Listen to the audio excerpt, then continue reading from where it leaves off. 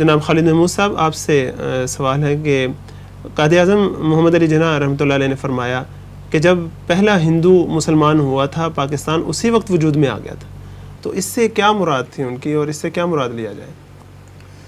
بہت شکریہ. یہ کوئی معمولی بات نہیں ہے میرے خیال میں.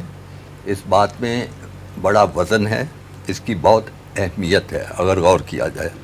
قائد اعظم کیا پیغام دے رہے ہیں؟ پیغام یہ دے رہے ہیں کہ وہ نمبر گیم نہیں ہے، کوئی اعداد کے حساب سے نہیں مسلمان قوم کا دیکھا جائے گا. ایک جو ہمارا اسلام ہے ایک دین ہے، ایک نظام کا نام ہے، ایک ثقافت کا نام ہے، ایک طرز زندگی کا نام ہے.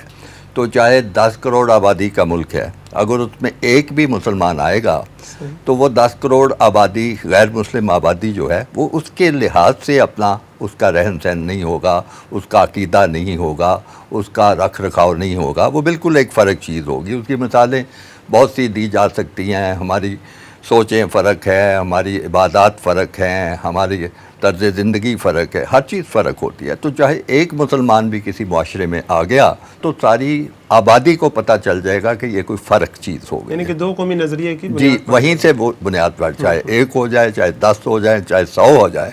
تو قائد اعظم دراصل ہندو جو اکثریت تھی اس کو یہ پیغام دے رہے تھے کہ جناب جب پہلا مسلمان یہاں آیا تھا تو وہی پاکستان کا وجود تھا یا ابتدا ہو گئی تھی. دو قومی نظریہ بن گیا. جی ہاں، اسی سے نظریہ بن جاتا ہے. ٹھیک.